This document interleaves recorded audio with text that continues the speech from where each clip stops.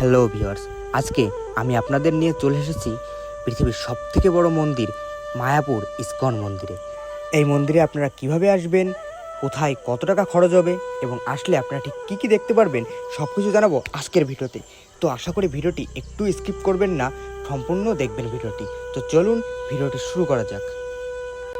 কলকাতা থেকে মায়াপুর যাওয়ার দুইটি ওয়ে আছে। যদি শিয়ালদা থেকে আসেন তাহলে শিয়ালদা কৃষ্ণনগর সিটি লোকাল ধরে মাত্র 25 টাকার বিনিময়ে আপনারা চলে আসবেন কৃষ্ণনগর সিটি জংশন রেলওয়ে স্টেশনে। আরেকটি ওয়ে হচ্ছে হাওড়া নবদ্বীপ ধাম রেলওয়ে স্টেশন। এই রুটের ভাড়াও মাত্র 25 টাকা। আমি আজকে গিয়েছিলাম কৃষ্ণনগর হয়ে। প্রথমে কৃষ্ণনগর স্টেশনে আসার পরে আপনারা এখান থেকে কোনো অটো বা টোটো ভাড়া করবেন না, কারণ এখানে এরা অনেক বেশি দাম অফার করে। আপনারা একটু সামনে এগিয়ে জন প্রতি মাত্র 30 বা 40 টাকার বিনিময়ে আপনারা অটো বা টোটো ভাড়া করতে পারেন। তবে টোটোতে ওঠার আগে একটা জিনিস মাথায় রাখবেন, মায়াপুর যাওয়ার কিন্তু দুইটি ওয়ে। একটা হচ্ছে সরাসরি মায়াপুর মন্দিরের সামনে যায়, আরেকটা হচ্ছে আপনার নবদ্বীপ ঘাট হয়ে যায়। ঘাট হয়ে গেলে আপনাদের ঘাটের এপারে নামিয়ে দেবে, আপনাদের ফেরি পার হয়ে আবার ওপার থেকে গাড়িতে উঠে যেতে হবে। এক্ষেত্রে আপনাদের সময় এবং টাকা বেশি খরচ হবে। তাই আমি রিকমেন্ড করবো আপনারা Krishnanagar city junction railway station থেকে মাত্র 30 বা 40 টাকার বিনিময়ে একটু বার্গেনিং করে নেবেন। আপনারা সরাসরি ইসকন মন্দিরের সামনে যাওয়ার রাস্তাটি সিলেক্ট করবেন। তাহলে কিছুক্ষণের মধ্যে আপনারা এই অপরূপ সুন্দর রাস্তাটির পরিবেশ উপভোগ করতে করতে পৌঁছে যাবেন মায়াপুর ইসকন মন্দিরে।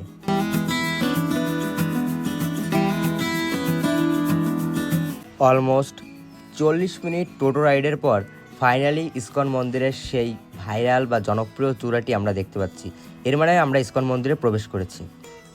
এখন এখান থেকে আপনাদের টোটোতে নামিয়ে দেওয়ার পরে একটু হেঁটেই বাঁ সাইডে দেখতে পারবেন ইসকন মন্দিরের মেইন গেট। এই মেইন গেট ধরে আপনাদের মন্দিরে প্রবেশ করতে হবে। তো চলুন মন্দিরের ভিতরে প্রবেশ করা যাক। প্রবেশ করার পর সর্বপ্রথমে আপনারা দেখতে পারবেন যে এখানে অ্যারো চিহ্নের মাধ্যমে খুব সুন্দরভাবে ইসকন মন্দিরের মেইন পয়েন্টগুলোর নির্দেশনা দেওয়া হয়েছে যে কোন দিকে কোন পয়েন্টগুলো আছে। তো ভিউয়ার চলুন এবার মন্দিরের ভিতরে প্রবেশ করা যাক। আপনারা মেইন গেটে প্রবেশ করার পর ডান সাইডে আপনারা এই পাশে দেখতে পারবেন একটা সুন্দর ঘাট আছে। এই ঘাটের সামনে যে মন্দিরটি দেখতে পাচ্ছেন এটি মূলত সমাধি মন্দির। সমাধি মন্দিরের সামনে এই লেকের পরিবেশটা শুধু একবার দেখুন। স্বচ্ছ জল, চারপাশে সবুজ গাছপালা, ফুলের বাগান, এক কথায় অপরূপ সুন্দর এক প্রকৃতি।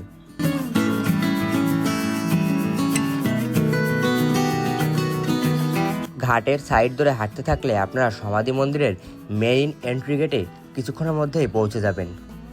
দুপুরের টাইমে যাওয়ায় এখানে প্রচুর রোদ ছিল এবং মেইন মন্দিরের মূল গেট বন্ধ ছিল, কারণ ইসকন মূল মন্দিরের মতো এই সমাধি মন্দিরটিও দুপুরের টাইমে বন্ধ থাকে এবং বিকেল 3:30টার পরে আবার পুনরায় খুলে দেওয়া হয়।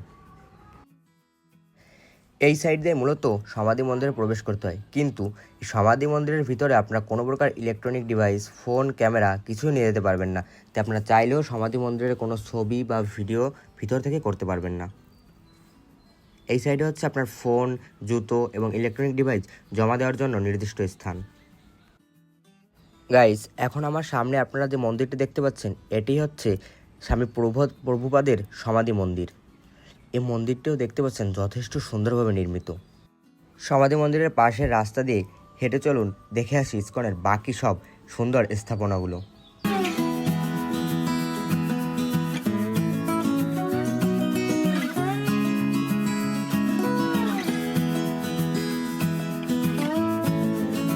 এই সমাধি মন্দিরের পাশ থেকে কিন্তু ইসকনের মেইন মন্দিরের খুব সুন্দর একটা ভিউ পাওয়া যাচ্ছিল। এখানে চাইলে দাঁড়িয়ে আপনারা সুন্দর সুন্দর ফটো তুলতে পারবেন মেইন মন্দিরের সাথে।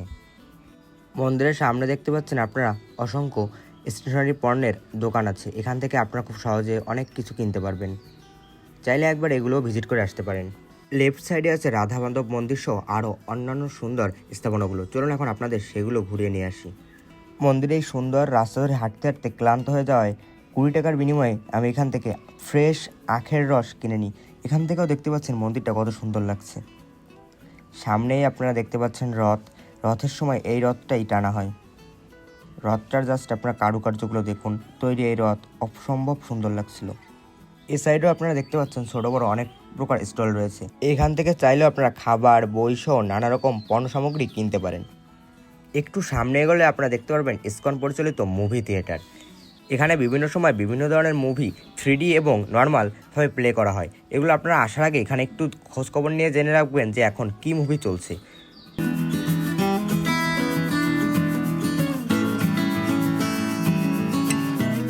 ভিডিওর বাম সাইডে আপনারা দেখতে পাচ্ছেন ইসকন পরিচালিত একটি অনন্য সুন্দর রেস্টুরেন্ট। এখানে আপনারা দুপুরের খাবার চাইলে সেরে ফেলতে পারেন। এখন চলুন আপনাদের নিয়ে যাই এই মন্দিরের সব থেকে সুন্দর একটি রাস্তায়। এটি হচ্ছে মন্দির থেকে গোশালার দিকে যাওয়ার রাস্তাটা। আপনারা এই ইসকন মন্দিরে আসলে অবশ্যই এই রাস্তাটি একবার হলেও ভিজিট করবেন, কারণ এই রাস্তায় আসলে আপনার সমস্ত ক্লান্তি দূর হয়ে যাবে। কারণ রাস্তার যে প্রকৃতি পরিবেশ এটা অসম্ভব সুন্দর, চারিদিকে সবুজ গাছপালা এবং মাঝে এই সুন্দর রাস্তা।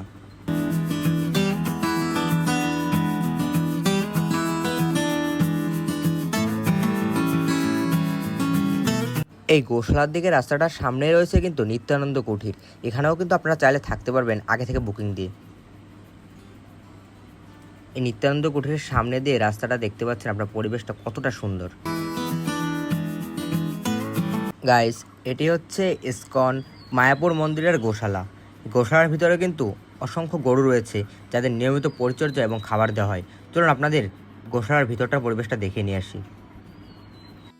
ফার্স্টে লেফট সাইডে আছে অনুদান কেন্দ্র। এখানে চাইলে আপনারা এই গরুগুলোর জন্য কিছু দান করতে পারেন এবং পাশে রয়েছে খাবারের অবস্থা, অর্থাৎ এখান থেকে টাকা দিয়ে কিনে আপনারা চাইলে নিজের হাতেও এই গরুগুলোকে খাবার খাওয়াতে পারেন।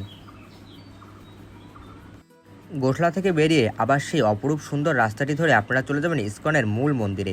চাইলে এই বটগাছের নিচে কিছুটা সময় বিশ্রাম নিতে পারেন, সাথে কিছু খাবারও খেতে পারেন।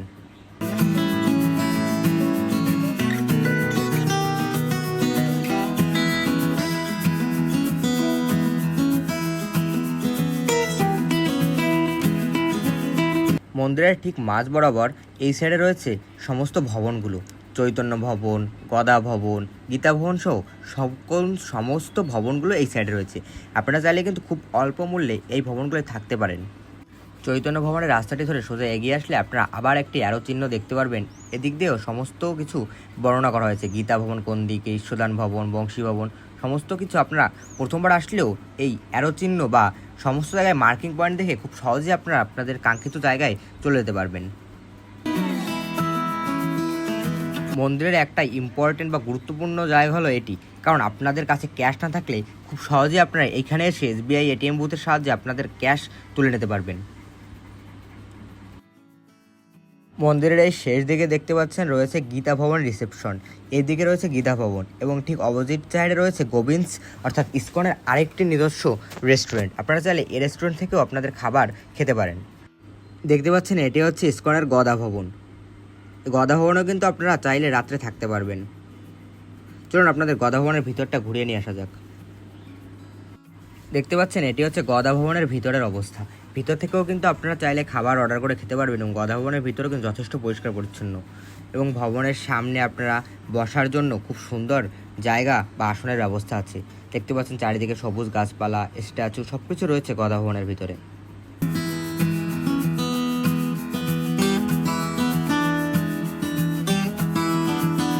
গদা ভবন থেকে বেরোলে আপনারা আবার অ্যারো চিহ্নের মাধ্যমে সব কিছু দেখতে পারবেন যে সামনে মন্দির, শঙ্খ ভবন, চক্রভবন সব ভবনগুলোই পরপর রয়েছে। গদা ভবন থেকে বেরিয়ে ঠিক কিছুটা দূরে রয়েছে নামহট্ট ভবন। এই নামহট্ট ভবনে কিন্তু ফ্রিতে প্রসাদ দেওয়া হয়।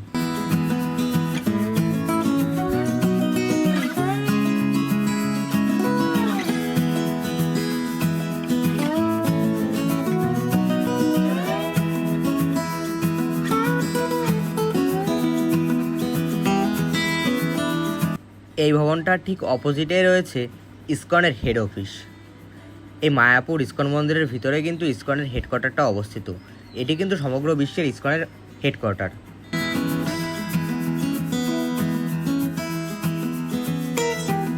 ইসকনের হেডকোয়ার্টারের ঠিক পাশে রয়েছে কিন্তু ইসকনের মেইন মন্দির। মন্দিরটিও দুপুরে বন্ধ হওয়ার পর আবার বিকেল 4টে থেকে পুনরায় খোলা হয় সর্বসাধারণের জন্য। এবং ইসকনের মূল মন্দিরে ঢুকতে হলে কিন্তু আপনাদের ফোন, ক্যামেরা এবং সমস্ত ইলেকট্রনিক ডিভাইস আগে থেকে জমা করে রাখতে হবে।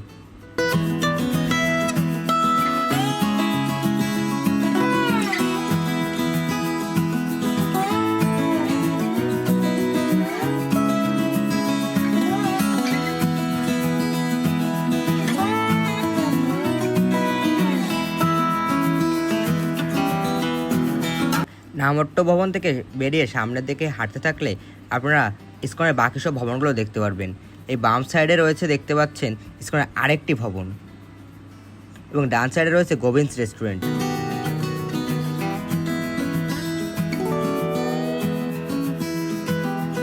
গোবিন্স রেস্টুরেন্টের ঠিক অপোজিটে রয়েছে কিন্তু গৌরনীতায় ধর্মশালা।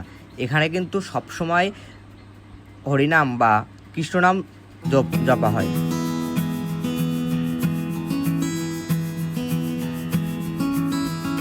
ইসকন মন্দির থেকে বেরিয়ে বাড়ি যাওয়ার সময় আপনারা চাইলে কিন্তু ইসকনের এই মন্দিরটাও ভ্রমণ করতে পারবেন। এটি কিন্তু ইসকনের মূল মন্দির থেকে বাইরে অবস্থিত। চলুন এই মন্দিরটির ভিতর আপনাদের দেখে নিয়ে আসা যাক।